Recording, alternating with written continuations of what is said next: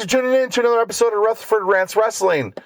Coming up, we talk AEW.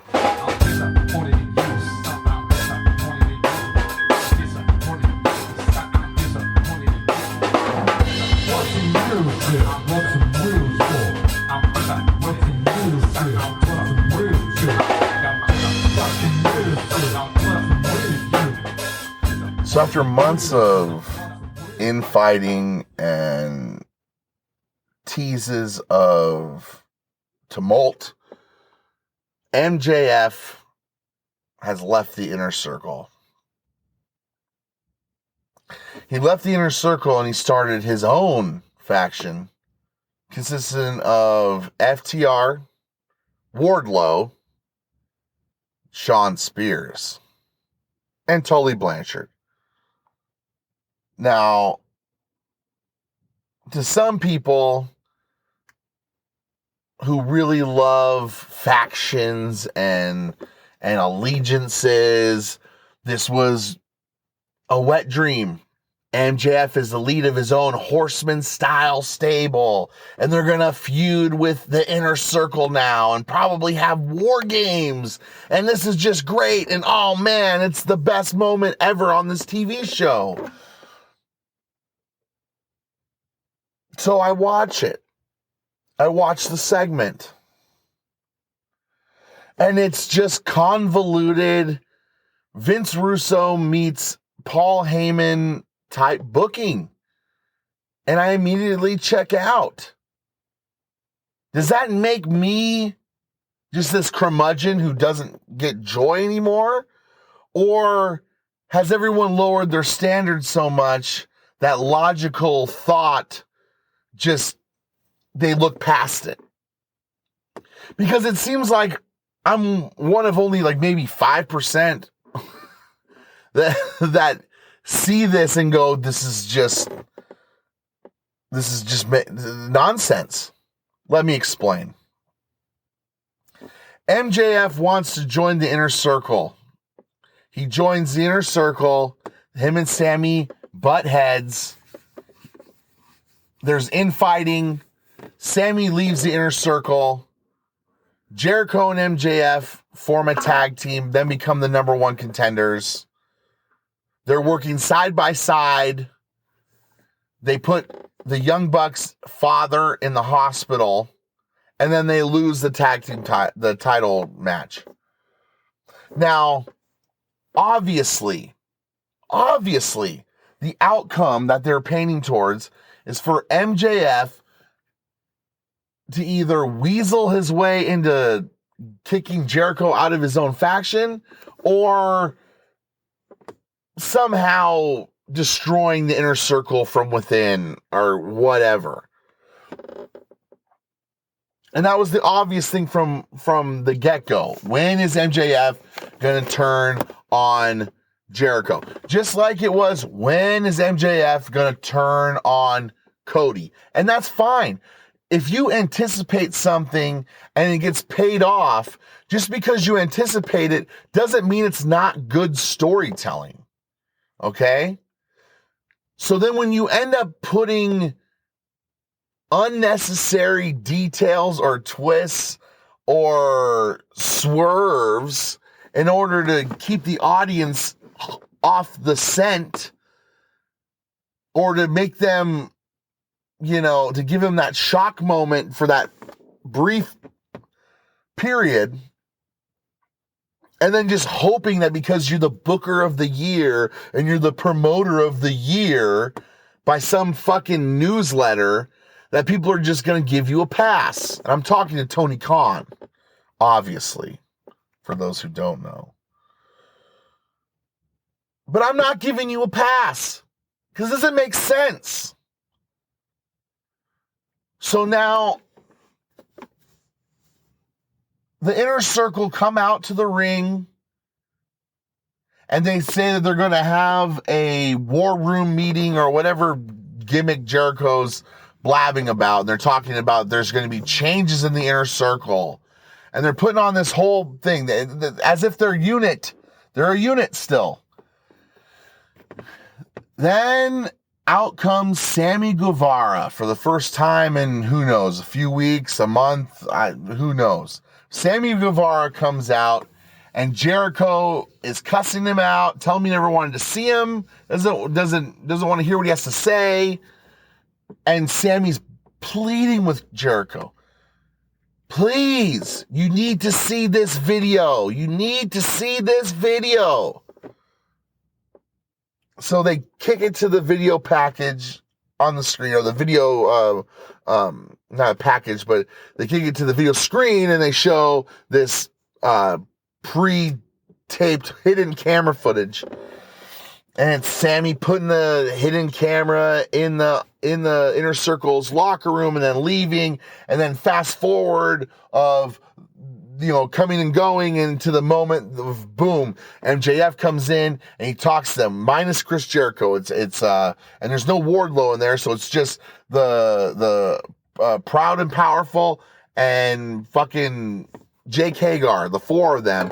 And he's like, MJF says, I think it's time we get a little youth in the Inner Circle, and basically saying it's Jericho's done.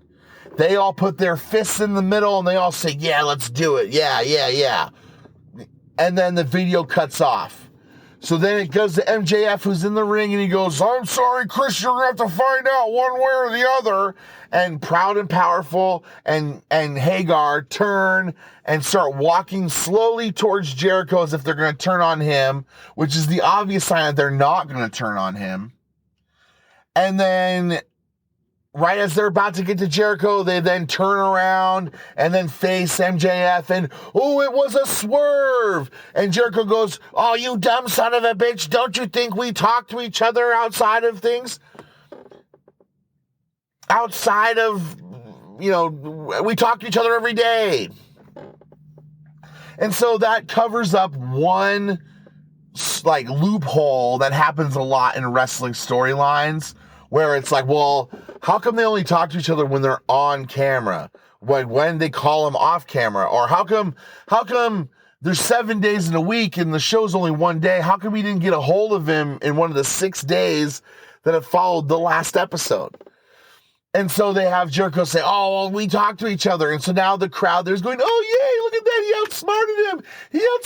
Yay. And then they're starting to kind of close in on MJF, and he's going, no, please don't. I'm sorry. I did whatever. I actually was putting together my own stable. And the lights go out like ECW, and then they come back on, and then there's FTR, there's Wardlow, there's Shawn Spears, and it's like, oh my gosh, oh man, and they just start attacking the Inner Circle, and then they just destroy the Inner Circle. It's a big beat down.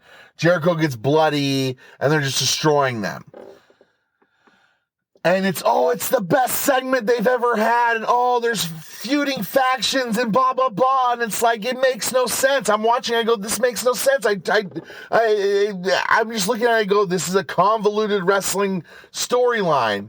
MJF has these guys and they're pretending like they're going to turn on Jericho, and only to turn around and be like, oh, we actually told Chris. Okay, fine. Of course, because people do talk, so you covered that loophole. But since you covered that loophole, then all the pundits, everyone else, they gleefully forget the other fucking loopholes that they didn't cover. Like, if Jericho knew coming out there that MJF was trying to weasel behind his fucking back, why did he wait until they went out there to reveal it? Why did he wait until Sammy Guevara came out with the video? Sammy Guevara, the way that they made it sound was that Sammy Guevara was coming out there on his own volition to show Jericho this video that Jericho didn't know anything about. And then he shows in the video, Jericho sees it, but if Jericho already knew about what was happening, that MJF is going behind his back, why did he need to see the video? Why did Sammy have to come out at all to do it? It's all this there's all this extra shit where it's like, well, that doesn't make any sense. That doesn't make any sense at all. If you're gonna throw out the line, oh, well, we talk to each other, behind the scenes to cover up that loophole, that storyline flaw, then you're gonna have to answer the other flaws. Like, well, if you already knew, then why the fuck did Sammy need to come out and show the video unless it was just to appease the television product? Or if Jericho didn't know that Sammy had taken the video but knew because the other guys, why did the other guys pose on the video and be like, oh yeah, and pretend like they were joining MJF anyways, because they seemed like they only did that for the video. So again, it doesn't make any sense to me. It makes no sense.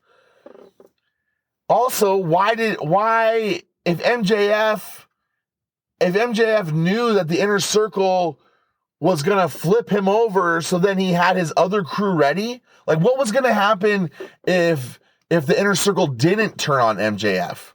Was he just gonna have the other dudes like FTR and all them just join in and have like this ultra like 10-man group? Like, did they not? They did like 3 weeks of storytelling in one like 2-part segment. Like, you don't need to have all that shit happen in one fucking week. I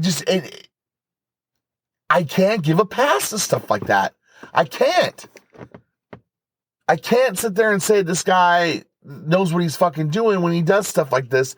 That makes no sense. It's just convoluted wrestling shit. And then if you complain about it, it's like, oh man, you're taking the wind out of my sails. You're not having fun with it. It's because it's not fun. Because it's not good. It's not that hard to do this shit. It's really not.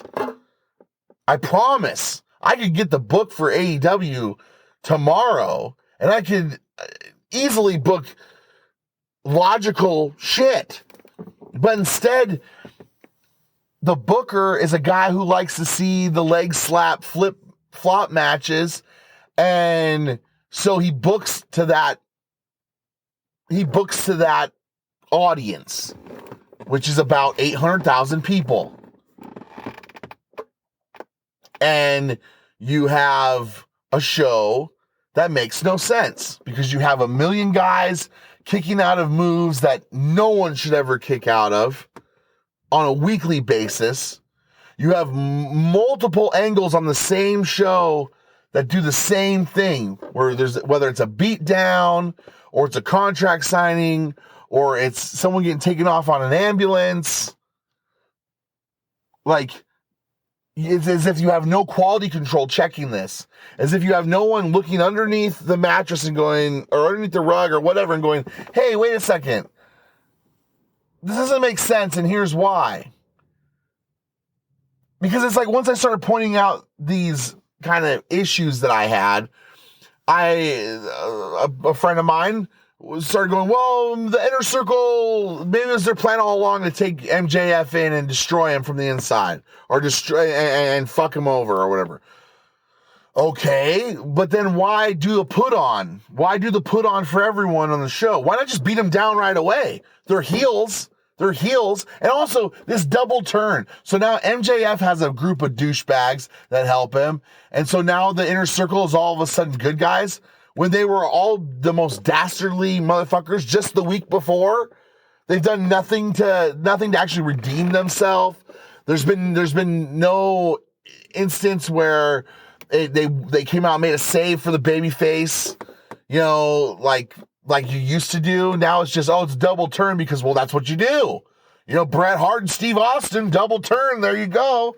You just have one guy who would have been the good guy, and now he's the bad guy. And then you have the bad guy, and he's just a good guy now. It's a double turn. It's easy. It's like, I don't give a shit about Chris Jericho and fucking Proud and Powerful and Sammy Guevara and fucking Hagar. I don't give a shit about any of those guys. They don't do anything for me. Jericho's way past his prime. He's just being an announcer. Hagar's a joke. Sammy Guevara is the biggest joke, and Proud and Powerful are just another leg slappy, high impact tag team that all they do is just kind of gymnastics routines or do-si-do dances where you expect them to have judges like the Olympics right afterwards. I also don't care about Sean Spears. It's like MJF, Wardlow, FTR. That's $1 million fucking stable there. So there's obviously that's a reason to get excited. It's like, oh shit, this is a really cool stable. All right. But that doesn't make up for the fact of how they got there. You can't just forgive them for how they got there, because if you forgive them for how they got there, then there's not going to be any kind of improvement later on. And then once everyone grows tired of it eventually, and I'm over here on the I told you so train, everyone else will just be like, well, you know, I didn't see it coming. It's like, how'd you not see it coming? From show one, they've had the exact look as Impact. So how do you not expect them to be like TNA? What didn't tip you off when they brought Sting in and did a cinematic match? Sting's 62 fucking years old. And you bring him into your show and make him a main character, and then you do a cinematic match, which are the fucking worst. If I wanted to watch a choreographed stunt fight, I'd watch a fucking 90s action movie. I do not need to see that in wrestling. I do not need to see tricky camera angles and this cinema bullshit that they did. And the fact that they're doing it is just, hey, we're WWE light. We're just like WWE. You're not anything different because you're doing the same shit that they would do. You just have different players, or you put your own little shitty twist on it. But the emphasis is on shitty. And anyone who convinces himself that they like that, or that was actually good, is just someone who's adapting to the taste of shit. It's Stockholm Syndrome. You've been held captive too long, and you want wrestling to be something that it's not anymore. And you just are trying to find any glimpse of what used to be or how you used to feel about it. And you're projecting it out and then getting pissed off when someone's saying, bro, wake the fuck up. It's not any good. There's too many guys. I see it on fucking line all the time. You point out the inconsistencies of AEW, and they immediately go back to watching WWE, as if people are actually satisfied with WWE. I don't know how anybody can have that argument, and the fact that that's the argument for all the people who are homers for AEW, it makes me sick.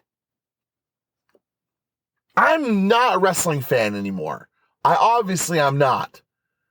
You know, if I'm not, you don't have to watch it. Yeah, you don't have to watch it. And that's fine. I don't have to watch it, and I really don't. I don't watch. I try to watch, but I don't watch on a consistent basis, but I follow. And that's all I need to do. There isn't anything, because when I do actually watch, when I go, you know what, let's give it another shot, and I watch, I end up turning the fucking thing off, I end up falling asleep, I'm not giving a shit, because it's not any good. Because they have all these fucking little tiny rules in place that are only put there by themselves. It's like the annoying fucking drinking games or something that you'd play in college where the person takes it way too serious. And so they're like, anytime you say but, you gotta take a drink. And anytime someone walks through the door and has a blue shirt on, you gotta take a drink. And then this and this, and you gotta take a drink. It's like, I don't gotta take a drink whenever. I can take a drink whenever the fuck I want to. Like, what's the point of having to make a game about it with these rules that don't mean anything? They're fake. It's fake rules. It's fake wrestling. You can control the outcome of things. WWE doesn't have to script the fucking script the promos like they do. AEW doesn't have to do a cinematic fucking match just because, well, that's what WWE was doing, so we need to compete with them in some way. We could do it better than them. It just doesn't. I don't get how people don't see this, and people just don't care. That's why they have 800,000 people on average a week that watch their fucking show. And that's why you have the wrestling pundits like Brian Alvarez and Dave Meltzer who are trying to will a wrestling war into existence, saying that AEW annihilated, murdered NXT on Wednesdays when they beat them by an average of 200,000 people. So that's murdered? That's murdered these days? If SmackDown on Fox is getting 2.5 million people to watch or so, I could be off on that number, and you're only getting 800,000 people to watch, if you guys went head to head, what would that be called then? Wouldn't that be a murder? But how would they spin it? How would you spin it, Brian and Dave? How would you spin it? Because they'd probably spin it, oh, well, the demographics and oh, blah, blah, and it's a better show, and they make excuses, just like you do for everything that AEW does. What I'm going for with this show, what I'm going for with anything is for consistency. I'm going for someone to hold the fucking flame at the feet of both companies or of all companies and expect them to actually put out something that makes fucking sense. Instead, you give us factions with Sean Spears. And oh, it's okay because he's boys with all those guys, so it's fine. Sean Spears fucking sucks. I'm sorry, he sucks. The guy sucks. I don't want to see him on TV. Well, you need a guy who's going to take falls in the matches. Why? Who was the guy that took falls for the Four Horsemen? J.J. Dillon, and he was the manager. Look at those War Games. Who was the one that gave up? J.J. Dillon, the War Machine or whatever. Not one of the Horsemen. So why do you automatically need to have a guy in MJF stable who's going to be the job guy? Why do you need to have your Paul Roma right away? Why can't you just have a dominant stable where you have a dude who looks like $1 million in Wardlow, you have the best technical tag team in wrestling, and you have the best talker, in the last 25 years in professional wrestling. You don't need more than that. You don't need Sean Spears. Because you're not going to do anything with them. It's not like they're all of a sudden going to run roughshod, because they're not the only heel faction in the fucking show. You have the fucking Taz team. The Dark Order's heels sometime. The Eddie Kingston troupe with the Butcher and the Blade were heels. Like, you have all these guys who are just heels, and they run in groups. The Death Triangle sometimes are heels. So what's going to separate these guys apart? Nothing. It's just more shit. It's just more of the same thing. Every week, it's the same thing. So cool. We got a new faction. There's some cool guys in it. But it's still being booked by the same fucking dork who's booking all this shit and thinks he's being cute or clever. And is all choked up and taken back by the fact that he's the Wrestling Observer Booker of the Year, which is just like, who gives a fuck? It was obvious he was going to give it to you. The favoritism. I mean, Jesus fucking Christ. Man, I'm pissed. I'm hot on this. Because it's just, I'm watching the show and I'm legitimately thinking, okay, be objective. Be just completely down the middle. Watch, try to enjoy. And I watched the first match, I was like, it's barely, I wouldn't even give that a star. You watch the next match and it's like, oh God, it probably went too long. Like the Young Bucks and Jericho and MJF. The psychology of these matches make no sense. So then by the time you're 3, 5, 10 minutes into the match, you're just like, Jesus Christ, can this thing be over with yet? And anyone who's sitting there trying to, oh, well, the Young Bucks, they sold a back injury for 3 years and blah, blah, blah. They can't even sell a fucking arm injury for 3 minutes. So why the fuck, just because he randomly will grab his back, I'm supposed to go, oh, look at that long-term storytelling. Oh, it's so great. Dave Meltzer, you like them because they named a fucking move after you. That's why you like them. You like them because they actually care about what you rate. They quote that you gave them 7 stars on their promos, which again destroys the whole concept of professional wrestling. They're bragging about their performance when they should be really trying to win. But not on top of that, the Young Bucks are the best tag team ever, and yet they do stereo sharpshooters at one point in the match, but then later on, about 3 minutes later, when MJF and Jericho are in the middle of the ring double teaming one of them, there's all of a sudden an imaginary wall up now that they can't get past because they're just standing on the apron. There isn't a referee stopping them from coming in. They're just standing on the apron, and they're just standing there watching their teammate get destroyed because the script doesn't tell them that they need to come running in yet. That's a problem. The fact that you have no fucking rules to follow are a problem. And yes, it's fake. Again, I get it. It's fake. And so rules and something that's fake, it's like jumbo shrimp. It's an oxymoron. But in the context of their show, if you can have a spot in the middle where you and your partner are putting the same moves on the opponent at the same time because it makes for a good spot for the TV show and for all the people to go, oh, hey, look at that's cute. They're doing sharpshooters at the same time. It's so cute.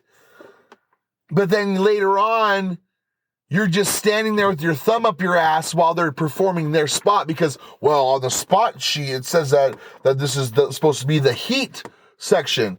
The heat section traditionally means that one guy gets beat up by the bad guy tag team and they double team on them while waiting to make a tag to their partner. But the whole point of that, if you watch a really good tag teams from the old days, they're always trying to make it into the ring to stop. And the heels are cheating behind the referee's back, who's being distracted on accident by the good guy trying to get into the ring. But instead, everyone just stands there and they wait for everyone to hit their spot and get their shit in. And they're the best because they're the most choreographed and they're the most precise in their actions on the choreograph. And so that makes them the best. And so then that's why you want to see Rey Fenix and Pac have a match against the Young Bucks because of how well the choreographed dance is going to be. The choreography is impeccable in this routine here. I give it a 9.8. Think. Take 2 seconds and think. And if you have thought and you still think what you're doing is a good idea, then you're just a piece of shit.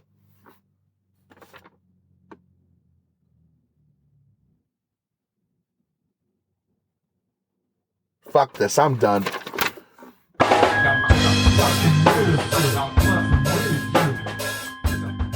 That's it for this episode of Rutherford Rants Wrestling. Thanks for checking us out. We'll see you again next time.